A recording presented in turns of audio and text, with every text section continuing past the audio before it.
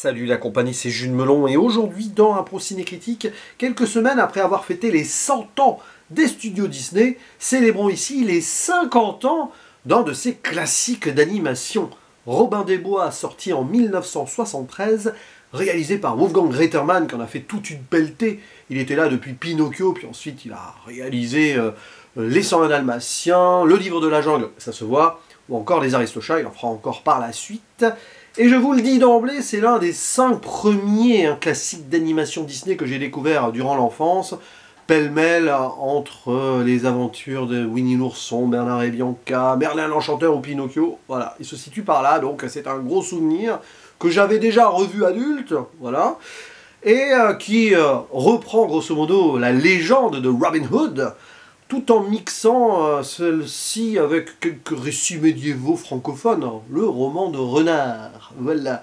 D'où la personnification de Robin des Bois en tant que renard. Eh ouais, alors, parce que à l'époque, il me semble que c'était le tout premier long métrage d'animation Disney en anthropomorphisme, c'est-à-dire des animaux qui se comportent comme des humains, ou des humains représentés en animaux. Voilà.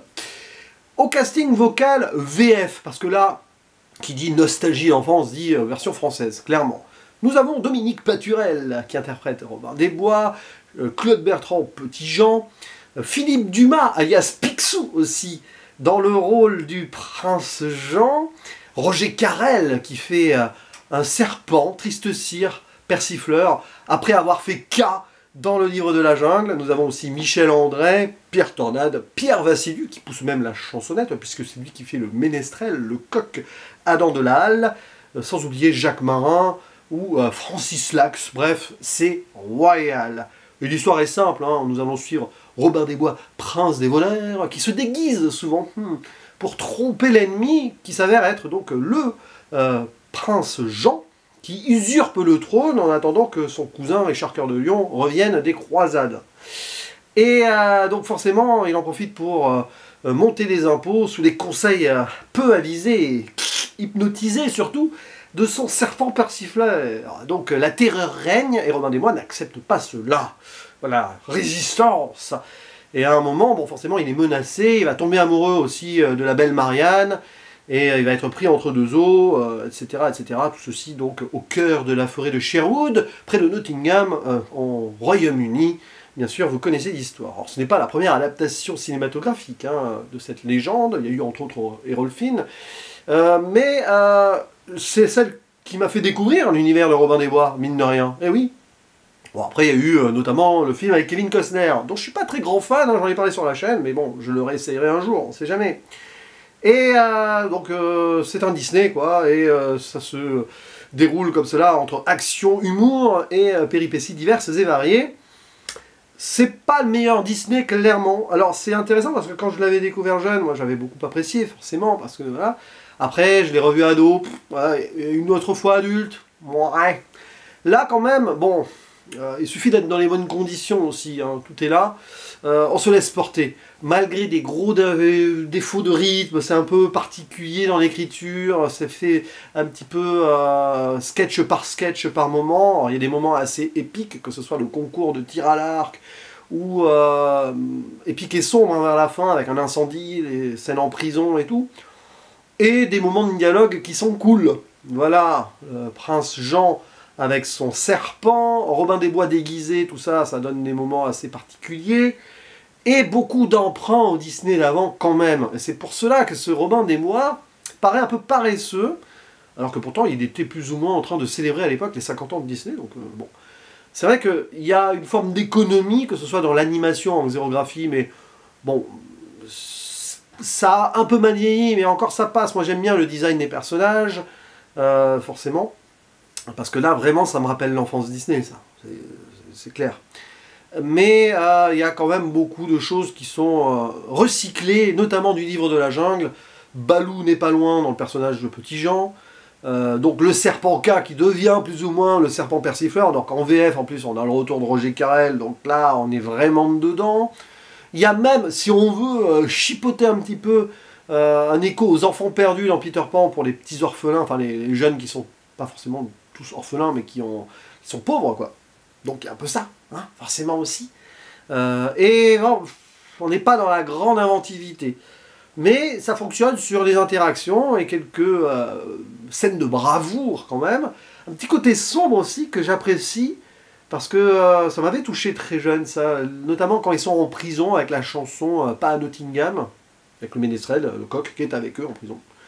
Et on voit cette tristesse-là, ça fait un peu pathos, mais en fait, il y a des choses qui me reviennent en voyant ça. Donc peut-être des petits moments d'enfance où j'ai pris contact avec la souffrance des gens, mine de rien, directement avec ça. Vous voyez, c'est bizarre, hein, mais bon. Et niveau musical, bon, à part ce morceau qui est sympa, hein, triste, il y a quand même l'intro sifflée, assez culte. Hein, c'est l'un des meilleurs génériques, l'une des meilleures introductions Disney pour cela. Sinon, après, pour le reste, rien de vraiment mémorable par rapport à d'autres classiques. Mais ça passe super bien parce que bah, le vrai point positif du métrage au revisionnage, bah, ce sont les voix françaises. Parce qu'ils sont à fond, nos comédiens. Vraiment. Et on a un magnifique casting. Et forcément, tu as plein de personnages qui te reviennent en tête au-delà du film. Quand tu regardes ça, je parlais de Picsou tout à l'heure. Bon, c'est très drôle parce que Prince Jean, l'argent, les taxes, Picsou, bon. Je suis pas sûr que ça ait été choisi par hasard à l'époque. Je pense qu'il faisait déjà du doublage de Picsou en 1973. Ah, pas sûr, hein. Pas sûr du tout. Je dis peut-être une bêtise, mais c'est marrant. Peut-être que c'est après qu'il a fait Picsou parce qu'il avait fait Petit Jean. Je sais pas, Petit Jean. Prince Jean. Pardon. En même temps, il s'appelle Prince Jean, Petit Jean, ils s'appellent tous pareil, là. J'ai dû déjà me mélanger les pinceaux avant dans la vidéo. J'avais pas pensé à ça, tiens, Petit Jean, Prince Jean, c'est bizarre. Bon, bref. Mais oui, voilà, Philippe Dumas, Roger Carrel, rien que ce duo-là, à chaque fois, bah, on se tait, on écoute et on apprécie, quoi. Dominique Paturel, très bon aussi, parce que c'est une voix qu'on entend beaucoup dans les séries télé aussi, hein, entre autres. Moi, c'était une voix que j'entendais dans les séries télé. Hein. Je sais plus ce qu'il faisait. Pas l'agence touriste. Bon, bref, je dis des bêtises peut-être. Là, je suis un peu. Bah, c'est le matin. Je n'ai pas les idées en place, mais le fait qu'il change aussi donc son timbre quand Robin des Bois se déguise, que ce soit en disance de Bonaventure, en cigogne, voilà, il parle pas trop en soi durant le concours de tir à l'arc, ou en se mendiant aveugle et tout ça aussi, ça m'a marqué. C'est le genre de choses quand tu revois, c'est des trucs qui sont imprimés à jamais dans ton esprit, et c'est ça qu'on recherche quand on revoit un Disney, au-delà donc de l'appréciation qu'on peut avoir dessus adulte. C'est quand même ces moments qui ressurgissent comme ça de la mémoire. Et là-dessus, ça fait le boulot. Voilà. Et puis il y a quand même une fin assez percutante, hein, qui est épique, on peut le dire, même si c'est toute proportion gardée. Ça, on va dire, compense avec les effets d'économie sur le reste. Mais oui, c'est une belle histoire héroïque. C'est une bonne porte d'entrée donc à la légende de Robin des Bois quand on est enfant. Et ça a été la mienne. Après, c'est pas pour autant que je suis devenu un grand fan du personnage ultime à travers d'autres œuvres. Mais bon, j'ai pas encore vu le Ridley Scott. Je crois que peu de gens l'apprécient. Mais à suivre, hein, de toute façon. Oui, j'ai vu la version française avec Max Boublil aussi il y a quelques années. J'en parlerai peut-être un jour parce que j'avais pas détesté, figurez-vous. Je peux changer d'avis. Mais voilà, donc c'est cool. Voilà, Robin des Bois, pas le Disney majeur de l'histoire, non, mais quelque chose que je voulais mettre en avant au moins une fois pour partager avec vous mes souvenirs d'enfance. Et bientôt, je parlerai de Merlin l'Enchanteur, puisque là, on est vraiment là, dans ces gros moments qui rappellent des souvenirs. Et comme c'est l'année du centenaire de Disney, je pense que quelque part autour de Noël, il sera question de ce mal-aimé Merlin l'Enchanteur, un grosso modo pas très apprécié en tout cas, mais qui est très important pour moi. Même si je risque de le revoir à la baisse, fatalement, pour pas mal de points. En tout cas, Robin des Bois, c'est cool, ne serait-ce que pour les interactions vocales, pour quelques chansons et pour l'action que nous voyons, et les arts du déguisement, tout cela. Et n'hésitez pas à dire en commentaire ce que vous en pensez, on peut en discuter, hein. C'est pas parce que ce film a été vu et revu et discuté dans tous les sens qu'on ne peut pas le faire ici, hein. Je compte sur vous. Je vous dis à la prochaine, ciao.